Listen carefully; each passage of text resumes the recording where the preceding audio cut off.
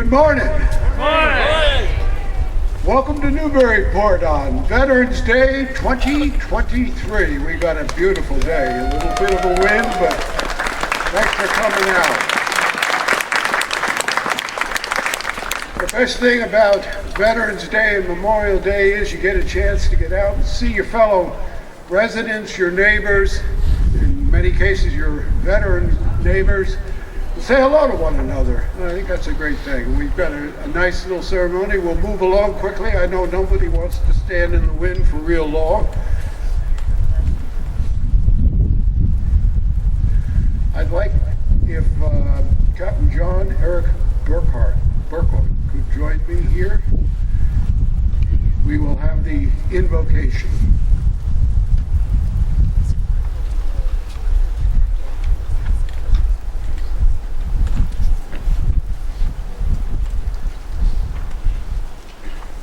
Let's pray. God, we thank you for this beautiful morning you've given us. We thank you for all the veterans that served our country. Help them know that we love them and care for them. We love you. In the name we pray. Amen.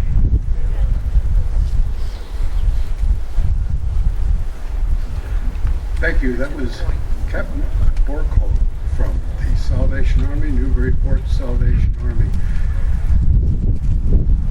If you could turn your attention to the American flag, we will have the Newburyport High School Marching Band under the able direction of Sergeant Steve Cullen, National Guard retired, our national anthem.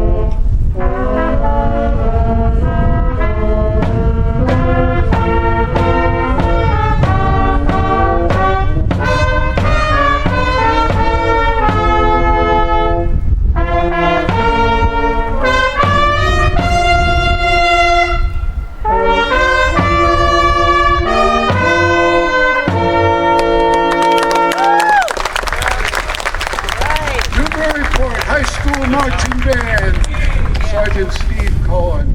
Those guys do a marvelous job. I don't know, at some point in there you could hear a group of notes going up and another group of notes going down. I know that's difficult to do. Thank you very much. I'm going to be joined up here at the podium by a group of scouts, and the scouts are going to give us the Pledge of Allegiance, and I don't know who those scouts are yet. Here we go.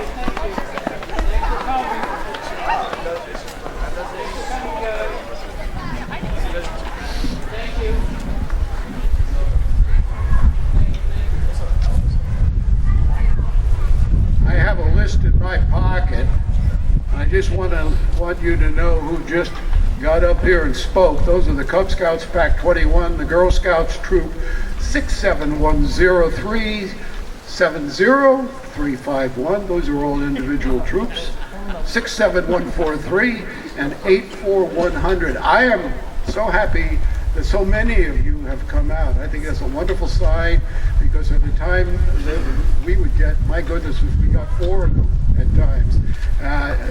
Today that is absolutely marvelous. Thank you very much for coming out.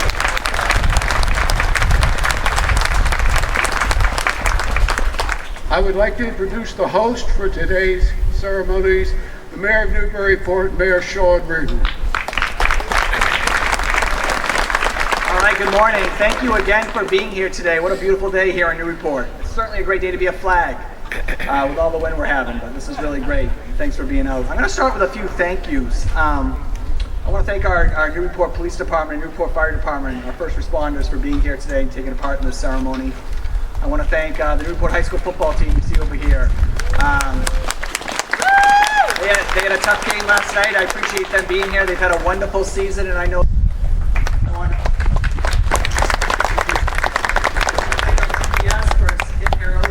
just point out our elected officials who are up here with me and took the long march, well, some of them took the long march down Green Street this morning. I'm going to start with Councilor at Large Ed Cameron, Councilor at Large Afroz Khan, Councilor at Large Mark Wright, Councilor at Large Connie Preston, Ward 5 Councilor Jim McCauley. You're still a Ward 3 Councilor, I guess. Ward 3 Councilor and Council President Heather Shan. And we also have our 2 Councilor-elects up here. We just elected this week. Councilor-elect Heath Granis for Ward 3, starting in January. And Councilor-elect for Ward 4, Ben Harmon. Thanks for being here. And our wonderful State Representative, Don Shan. Thank you, Don, for all you do. About them, thank you for your service. Thank you for all you do here in our community. A big thank you to Kevin Hunt, who does this each and every year. How many years now, Kevin? 16th year he's put on this ceremony. You know, we do, our 2 big ones are this. Thank you, Kevin. Veterans along with Memorial Day are just two such important days here in our country, and I know we do it right here in Newburyport. I also want to have a special shout out to my brother-in-law, Luke Teal, Colonel Luke Teal of Newburyport. He's about to get deployed this year with his, he's actually the commander of an Air Force base down in Goldsboro, North Carolina, Seymour Johnson Air Force Base.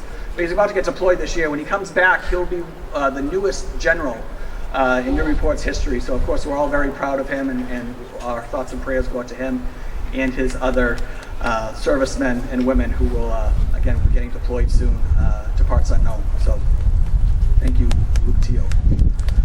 So, yes, thank you. So now's the time. It's a tradition on Memorial Day and Veterans Day to read the names of the veterans who have departed in the last 6 months.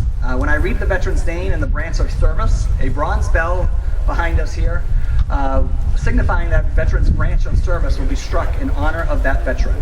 I want to announce today's bell ringers.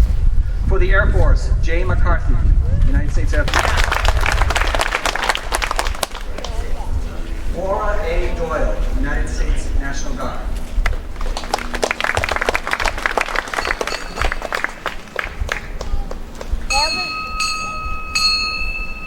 Laura was a graduate of Newburyport High School in 1975. She continued her education, graduating from Green Mountain College in Vermont. While in college, she enlisted in the Vermont National Guard and reached the rank of E4 specialist.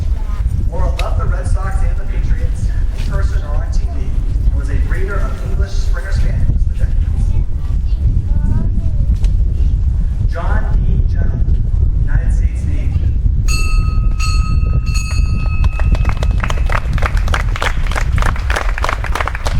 John graduated from Newburyport High School and went into the Navy, spending 4 years on active duty.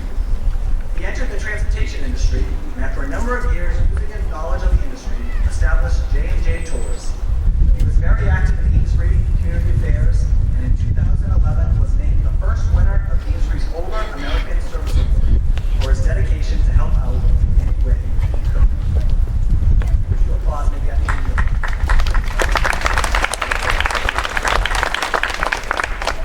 John J. Carroll, United States National Guard. John was a resident of Newburyport, where he built his own post and beam house with his wife Joanne and raised his twin daughters. He had a knack for home repairs and car repairs. He was particularly proud of his golf swing and his pool shots. He was known for his dad jokes and was a Red Sox and Patriots fan.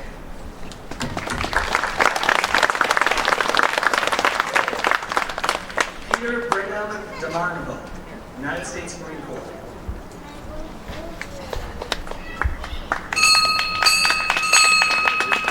Peter was a lifelong Newburyport resident with a successful career in finance and banking. He served on the Newburyport Planning Board for over 20 years and served with the Wheelwright Scientific School Foundation and the Newburyport Scientific Foundation. A man of many interests, including golf and travel, he was an accomplished bird catcher, a craft he generously shared with others.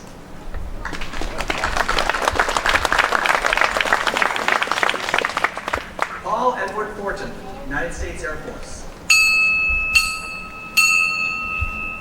Paul attended Newburyport schools and later graduated with a BS in electrical engineering from the Virginia Military Institute.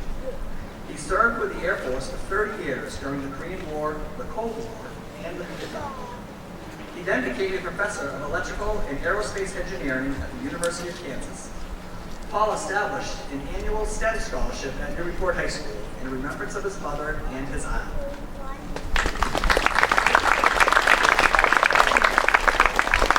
William Bill Graham Sr., United States Air Force. Bill graduated from Newburyport High School in 1955 and joined the Air Force. He built a 46-year successful career as the founder and president of the W. Graham Associates, Incorporated. He continued his service to our country for decades as an active member of the Coast Guard Auxiliary. He is remembered for a clever sense of humor and enthusiasm for Florida golf.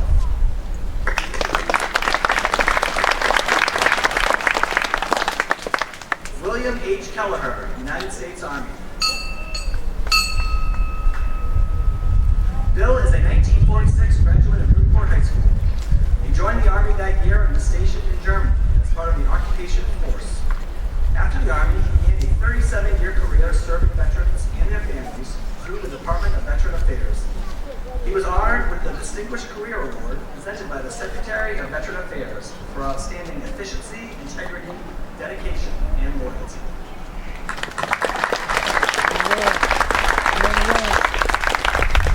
John Joseph Bunsey Sr., United States Air National Guard. John had a long career in the printing industry, working 57 years for Fidelity Press. He was a past officer of the North End Boat Club and enjoyed woodworking, hunting, fishing, and spending time in nature. John was also a car enthusiast and a lover of animals who cared for many dogs throughout his years.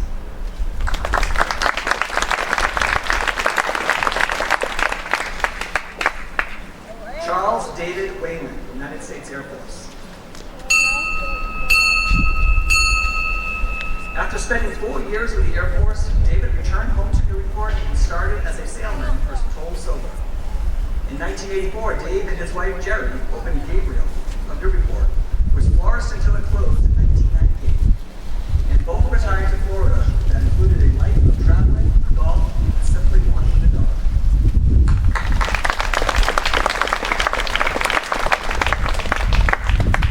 Alexander A. Asapis, United States Air Force. Al joined the Air Force in 1950, after which he began a 40-year career with the aerospace industry. He lived a very full life. He was active in hockey and soccer until his last years, enjoying listening and playing every music genre, developed his own photographs, and was a woodworker and respected painter. At the age of 62, he became a pilot and flew a pilot in command at the age of 80 and beyond.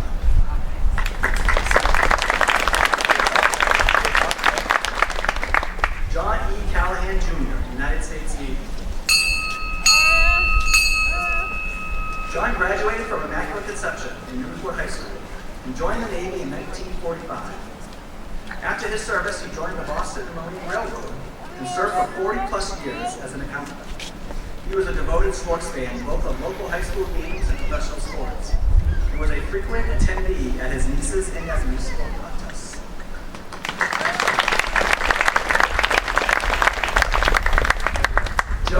Joseph B. Markey Jr., United States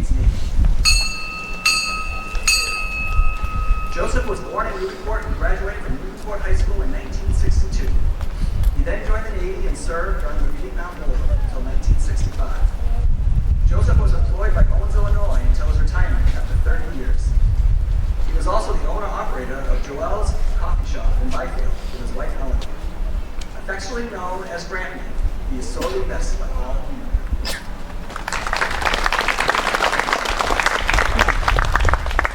James G. Zafras Jr., United States Navy. James was a four-sport athlete at Newburyport High School, an officer in the Navy, a case officer with the CIA, the president of the Danvers Savings Bank, a charter member of the board of the Berklee School of Music, a candidate for the 6th Congressional District, a member of the Newburyport City Council, and a corporator and member of the investment committee of Anna Jay's Hospital, among other things, and a lot. On retirement, he lent his considerable skills to nonprofit organizations.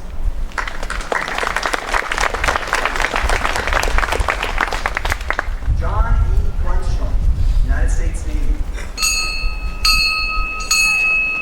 John graduated from Newburyport High School in 1949 and joined the Navy to work on multiple aircraft carriers sailing all over the world. In civilian life, his world travels continued, and he wore many hats as a talented executive in the prevention of spontaneous combustion. Locally, he founded State Street Associates Real Estate. In retirement, he developed many ways to enhance the production and safety of the local planning industry.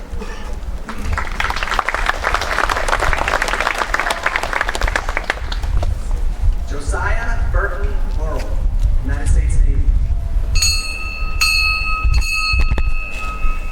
Josiah was truly a Renaissance man whose talents ran from creating a five-star meal to mediating dicey relationships, and a lot in between. He was a former president of the Dolphin Club, a naval officer, a town selectman, a Rotarian, a lector at his parish, and a man you were wanted to call a friend, and who always made you feel special just being around.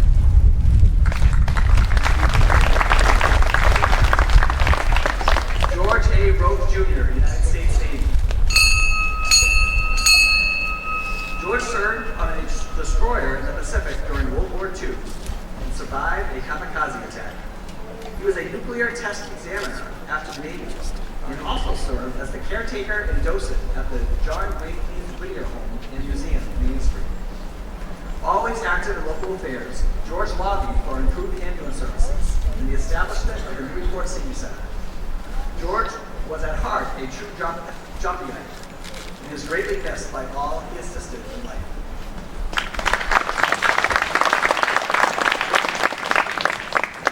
Kenneth Alden Morris, United States Army. Ken was a native Newburyporter and a graduate of Newburyport High, after which he served as an officer in the Army. He was vice president of the Knights Insurance of Boston, a member in long standing of the Knights of Columbus, and a catechism teacher at Immaculate Conception. His grandchildren's memories are a thoughtful, patient, and hardworking man who could be a bit of a jokester.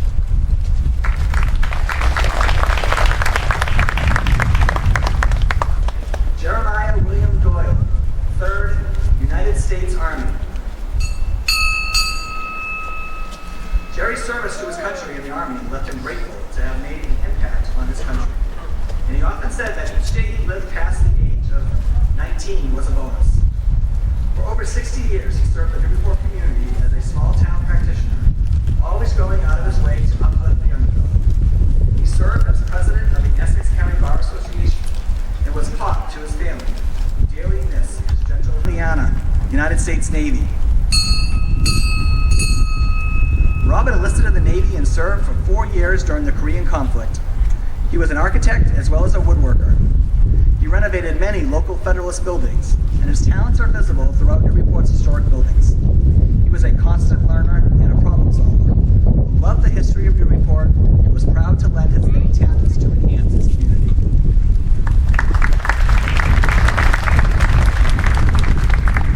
Matthew E. Resselwick, United States Navy. Mitch Resselwick graduated from Newburyport High School in 1950 and then served with the Navy for 4 years during the Korean conflict. He was a master carpenter, built his own homes with custom cabinetry, and later specialized in building beautiful Adirondack furniture. A talent he continued well past his 90th birthday.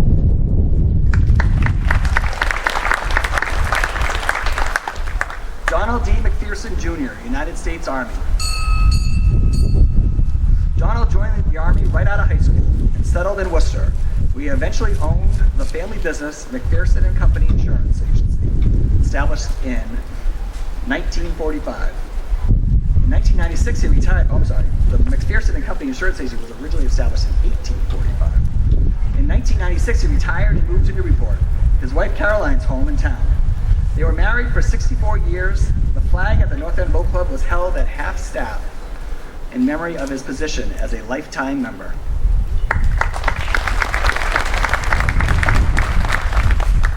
Paul W. Norton, United States Army. After graduating from high school, Paul served in the Army during World War II. He came to Newburyport in 1998 and volunteered at the Maritime Museum and at the Hope Community Church. He was honored to be the Newburyport Yankee Homecoming King in 2009 and was an active member of the Senior Moments Group, as well as being an avid reader.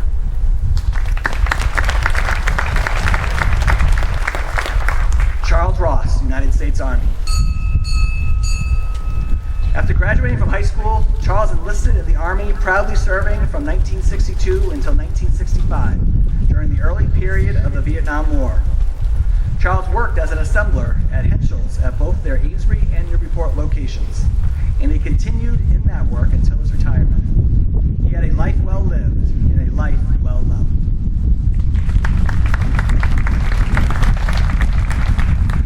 Robert James Burrier, United States Marine Corps.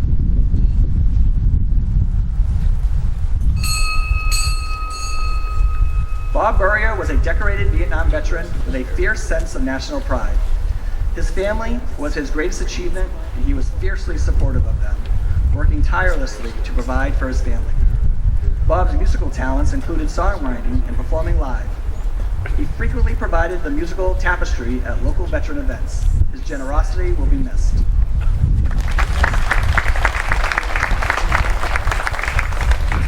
Miller Graff, United States Air Force. Miller entered the Air Force pilot training in 1952 after a short stint in the family business, Graff Brothers. He went on to clock over 4,000 hours flying time in B-36 and B-52 bombers. Besides attaining the rank of lieutenant colonel, Miller was a college professor. He authored several books and articles and was a member of the Civil War Roundtable of the Merrimack. He had a very full and enriching life.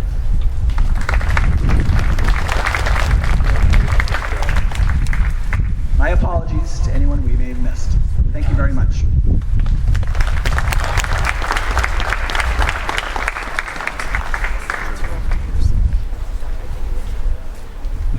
We had a lot of people who passed away.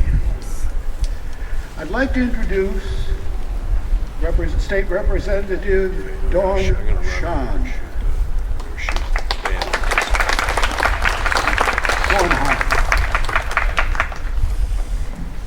Thank you, Kevin. Thank you, Mayor Reardon. Congratulations to our newly elected officials. I'm State Representative Dawn Shand, and it's an honor to join you on this beautiful day.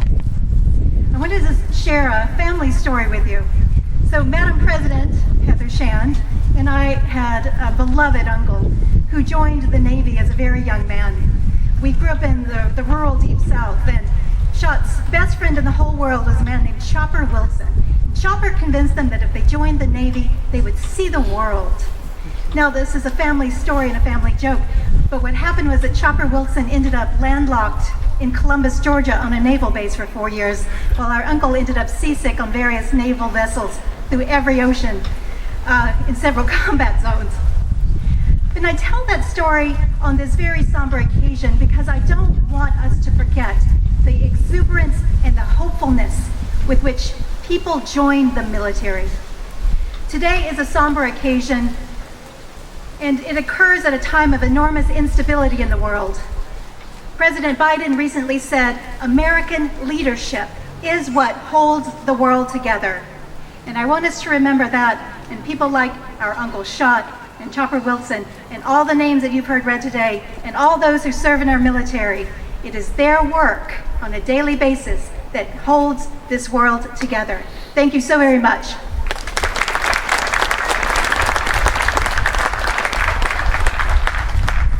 Thank you, Representative Sean. On the Gaydon Memorial flagpole behind you in the Veterans Plaza is a small black flag which flies below the national flag, and this is the POWMI. 6,000 men and women who are prisoners of war or are simply missing in action. All, of course, including the Cold War. Below that POWMIA flag is a flag with two gold stars on it. The points on those flags, the star points to the top, representing that we are remembering these people as they are in heaven. The flag represents two members of our extended city family who gave their lives so we could enjoy ours. That's First Lieutenant Derek Hines and Sergeant Jordan Shea, both members of the United States Army.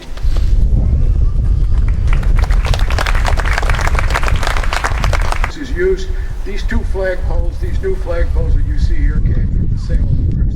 They're used for military memorials. I just want to say a few quick thank yous, and this is one thank you that I say every time. I just say it so sincerely this time, because as the years go by, it becomes more important that we realize what this one gentleman has done for our city. I'm talking about Jack Bradshaw. Jack Bradshaw is a United States Army veteran. Hello, Jack.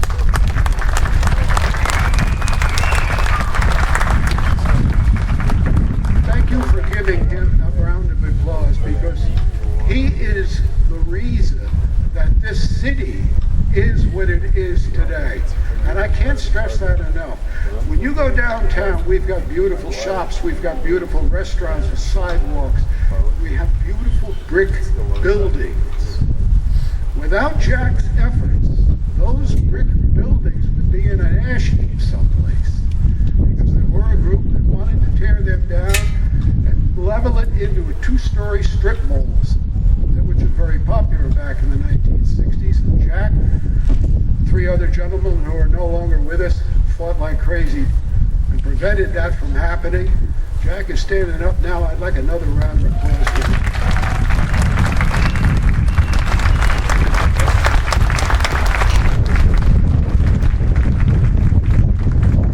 I just want to thank the police and our firefighters for what they do. They come out today. They're there at night when we're asleep. These guys are around 24/7. People that are willing to run into a building that's on fire or engage an active shooter. As the veterans, they've raised their right hand. They said, "I'll defend the world with my life." A round of applause, please.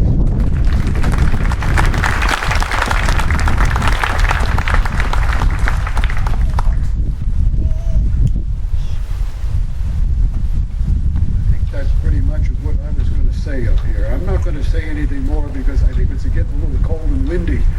And it might be a good time to advance. Senator Bruce Tarr.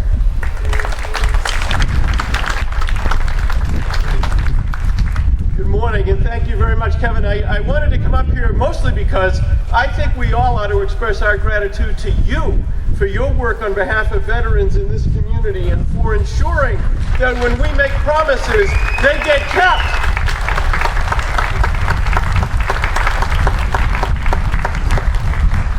I do just want to say thank you to everyone who brings us together today to recognize our solemn obligation as Americans to honor the sacrifice of all of those who have given us the great American legacy of having freedom and liberty and justice for all. And to recognize the fact that those things have come at a very high price, with sacrifices, some that we see and others that we don't, but they are equally as real. And honor those who have given that sacrifice to make